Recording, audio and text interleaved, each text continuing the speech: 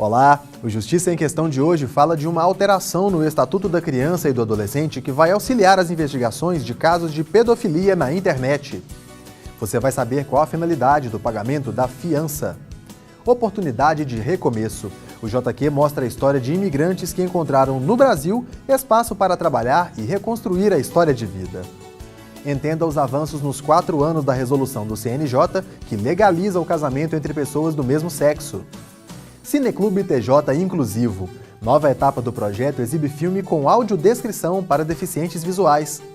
O JQ traz também decisões judiciais de destaque no Estado, a história das comarcas mineiras e explica termos jurídicos para você entender melhor seus direitos e deveres. Fique com a gente, nossa edição começa agora.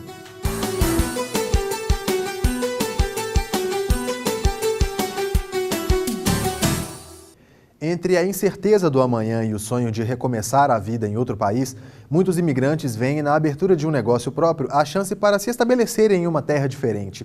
Mas como conseguir abrir um negócio na condição de imigrante no Brasil? O corte da carne e a montagem do lanche são feitos ao som de uma música árabe que domina o ambiente.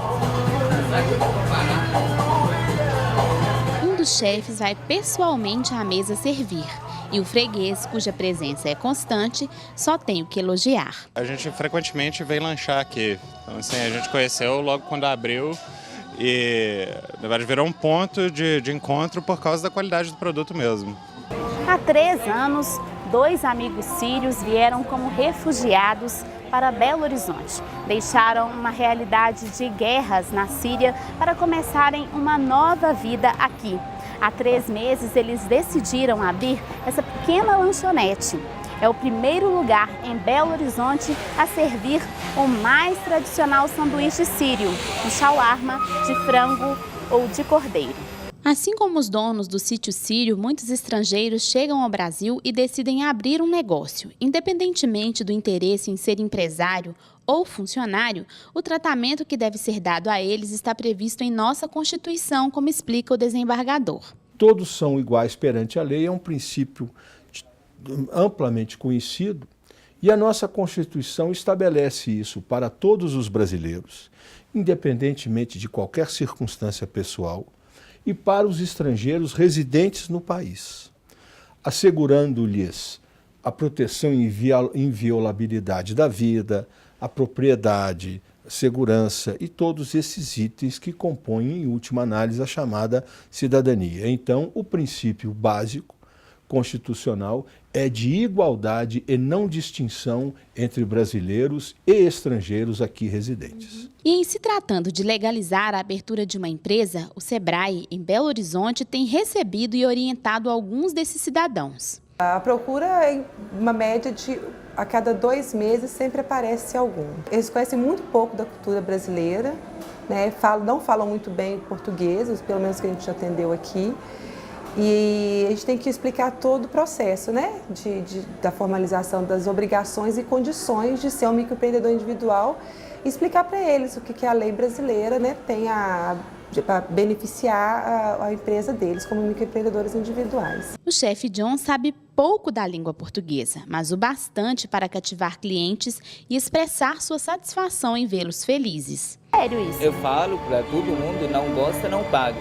Aí às vezes eles pagam duplo, leva para casa, sanduíche também. Então eu fico muito feliz quando ele come alguma coisa, ele fala, nossa senhora. Eu fico rindo.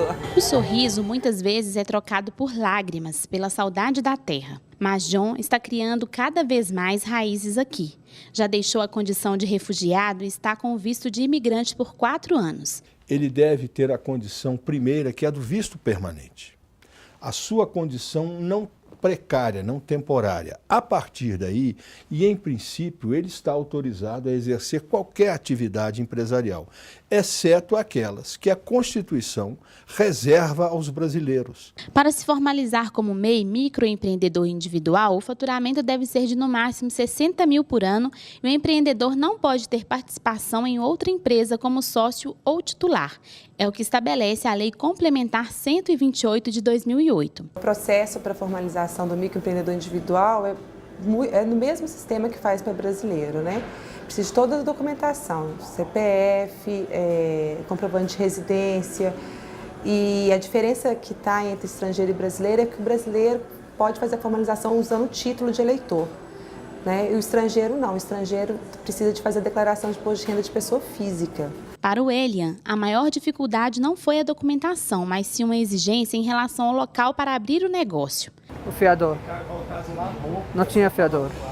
Os outros foi tudo fácil, tudo certo. Apesar de haver essas questões normalmente burocráticas relativas à abertura de um estabelecimento comercial, na opinião do desembargador, a característica predominante do brasileiro é abraçar todos os povos.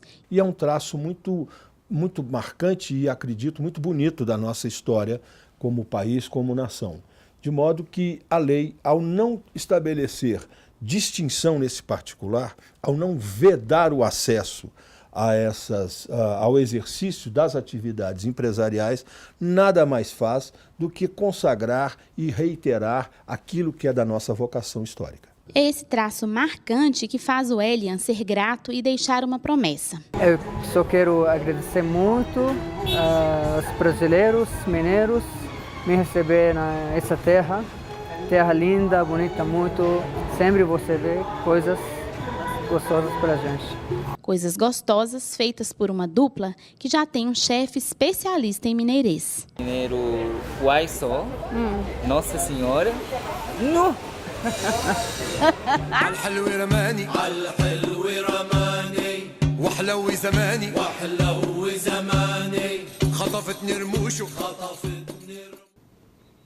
Você sabe o que é medida liminar? Confira a resposta no quadro ABC do Judiciário.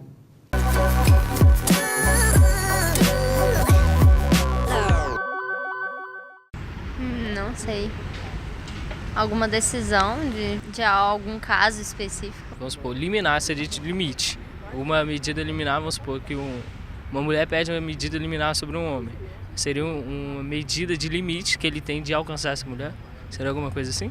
Sei, mas sem muito detalhe jurídico, que uma medida liminar ela tem uma vigência temporária. É quando entra na justiça, aí toma ação na justiça, né? Medida liminar é uma decisão judicial com caráter de urgência. Ela determina algo a ser feito antes que ocorra a discussão final do processo. Essa ação tem o objetivo de resguardar direitos e oferecer rápida resposta a um problema. Como a liminar é provisória, pode ser revista e alterada a qualquer momento. No próximo bloco, saiba qual a finalidade do pagamento da fiança e veja os avanços nos 4 anos da resolução do CNJ que legaliza o casamento entre pessoas do mesmo sexo. Voltamos em instantes.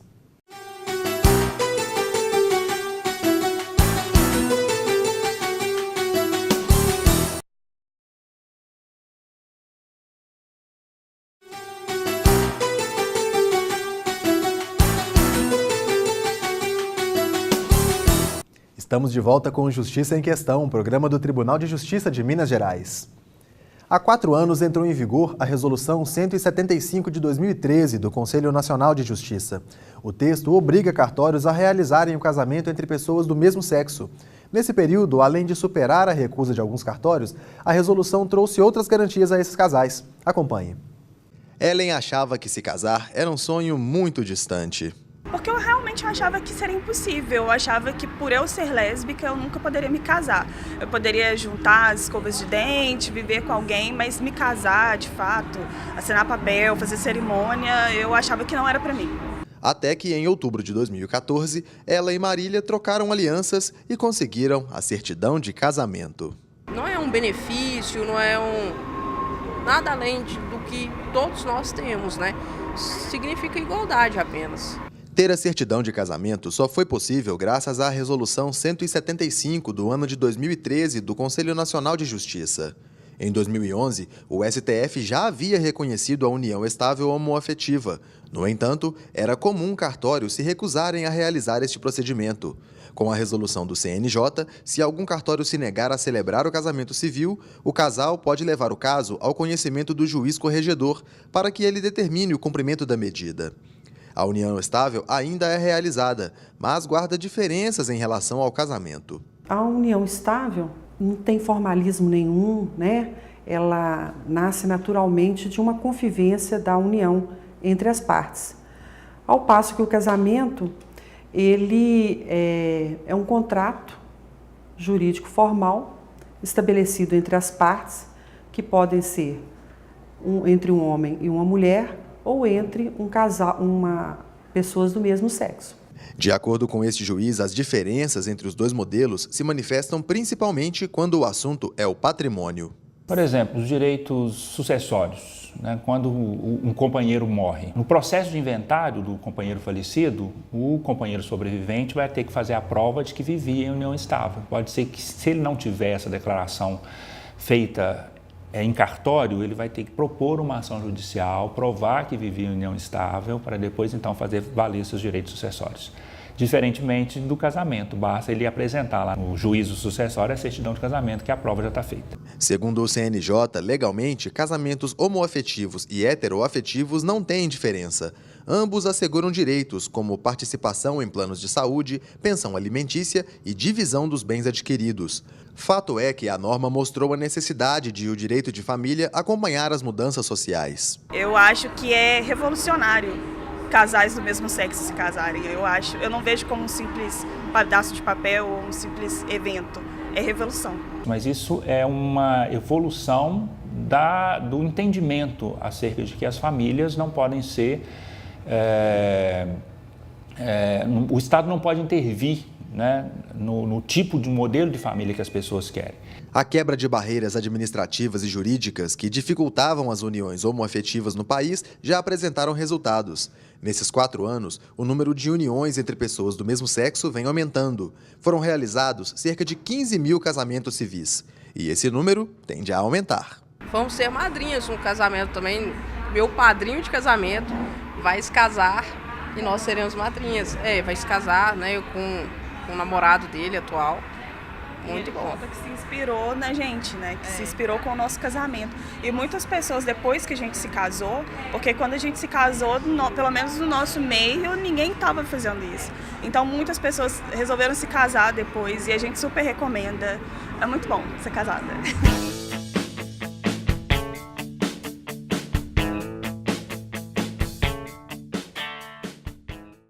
Fique agora com as sentenças que foram destaque no Tribunal de Justiça de Minas Gerais. É hora do Giro de Decisões.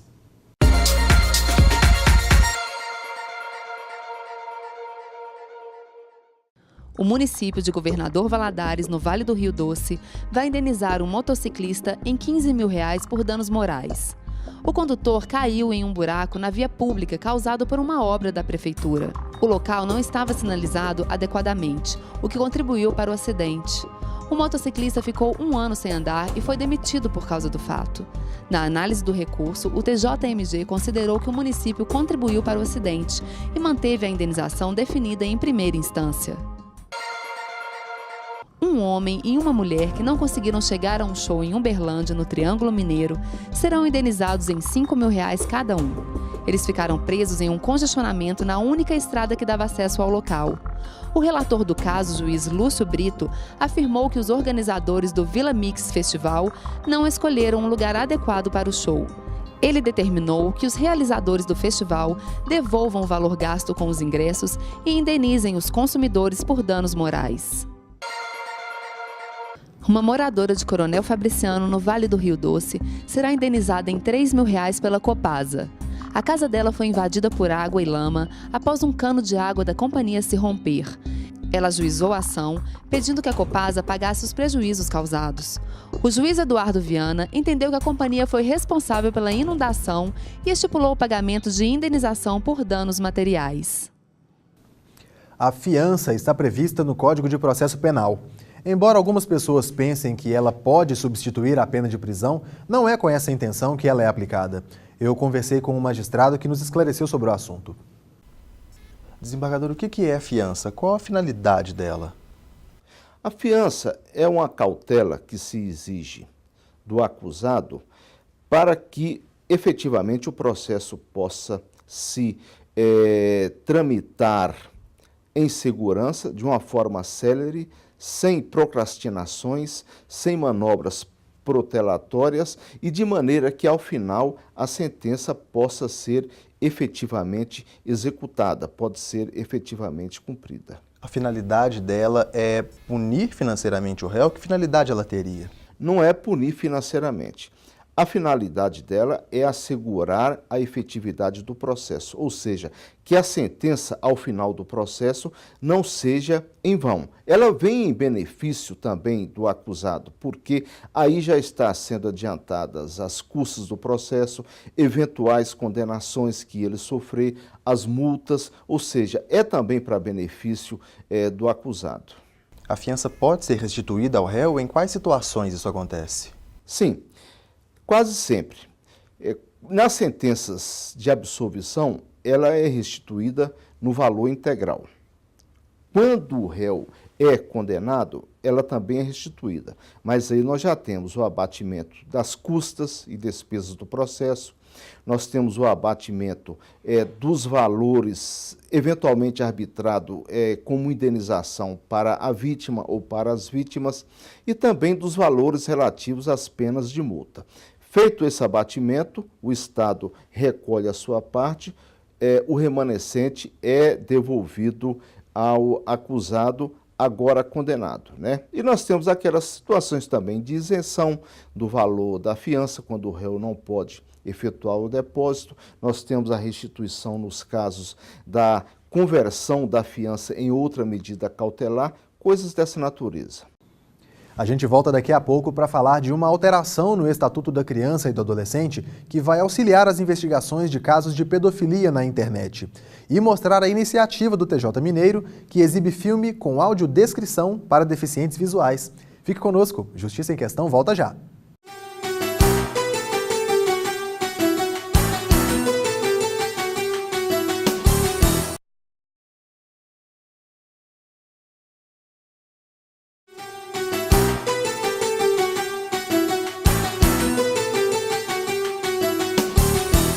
Você está assistindo Justiça em Questão. A internet pode ser comparada a uma praça pública, frequentada por diversos tipos de pessoas, inclusive criminosos sexuais. Acontece que, cada vez mais, crianças também estão frequentando esse espaço e, por isso, podem ser alvo fácil para os pedófilos. Entenda como uma alteração no Estatuto da Criança e do Adolescente pode facilitar ainda mais a investigação desse tipo de crime. Clica daqui, bate-papo de cá, aposta de lá. Essas rotinas estão cada vez mais presentes na vida de meninos e meninas.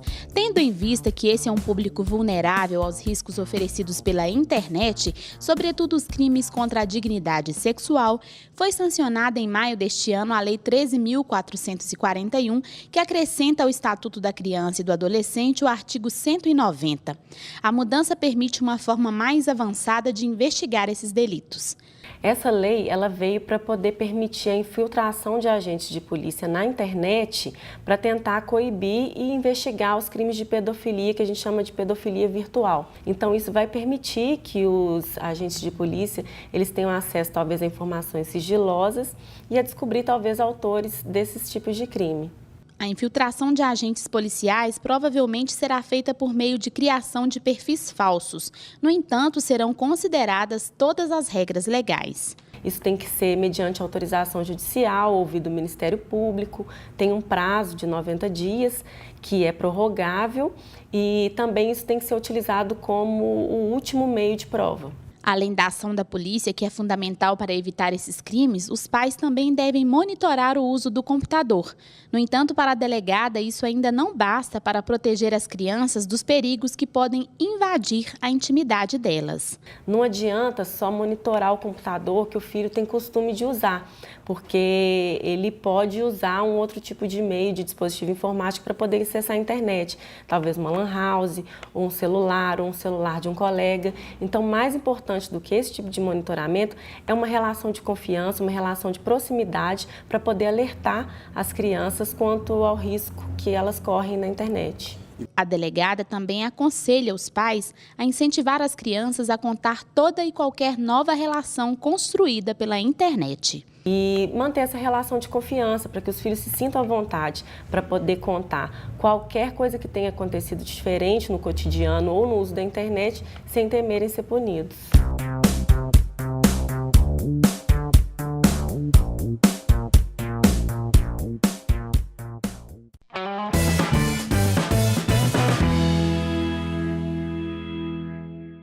O Mapa das Comarcas nos leva para mais uma viagem pelo estado de Minas Gerais. O destino de hoje é Ibirité.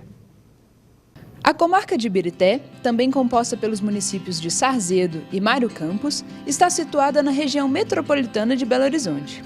Essas cidades reúnem mais de 220 mil moradores, segundo estimativa do Instituto Brasileiro de Geografia e Estatística. A história da comarca é marcada pela atuação da educadora e psicóloga russa Helena Antipov. Ela morou grande parte da vida em Ibirité e revolucionou o ensino para alunos com deficiência no Brasil na década de 30. Atualmente, a Fundação Helena Antipov mantém a oferta de ensino acessível aos alunos da cidade. Práticas inovadoras também fazem parte da realidade do judiciário em Ibirité. A comarca foi a 4ª do estado a receber o processo judicial eletrônico. Instalado em 2015, o programa facilitou a vida da justiça e dos cidadãos. Por meio do PJE, os processos em papel das varas cíveis da comarca são eliminados e o acompanhamento judicial pode ser feito pela internet. Outro projeto de sucesso implantado em Ibirité pela Justiça Mineira foi o Trabalho Solidário Remoto. O programa busca ajudar comarcas com um número elevado de processos. Para isso, funcionários de outras cidades cooperam virtualmente com o objetivo de reduzir o acervo processual. No segundo semestre de 2016, a primeira vara civil de Ibirité foi beneficiada com esse projeto. Mais de 264 processos foram finalizados no período por meio do Trabalho Solidário Remoto. É com esse tipo de iniciativa, implantada em Ibirité, que a população é atendida de forma mais rápida e eficiente.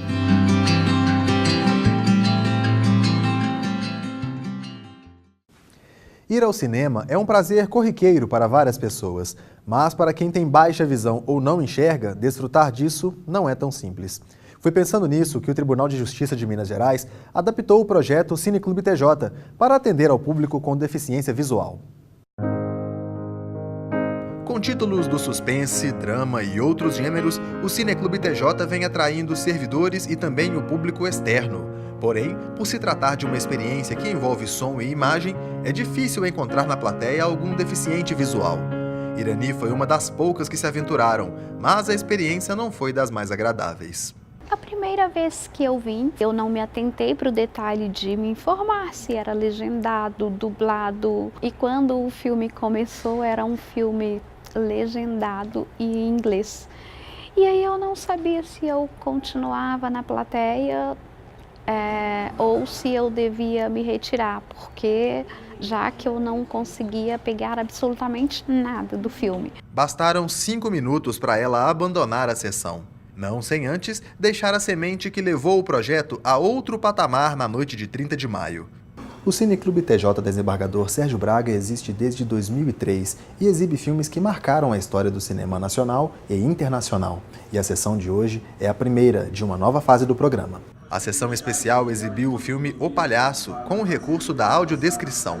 O longa brasileiro, filmado em 2011, conta a história de um palhaço em crise existencial. A faixa narrativa adicional descreve detalhes das cenas para cegos e deficientes visuais, permitindo melhor compreensão da história. Triste, a menina loira observa. A ideia de um filme com audiodescrição surgiu na conversa que Irani teve com o produtor do Cineclube. Na saída dela, eu perguntei por que ela não queria ficar mais. Ela tinha pouca experiência com inglês e, além de não enxergar, ia ficar muito difícil, né?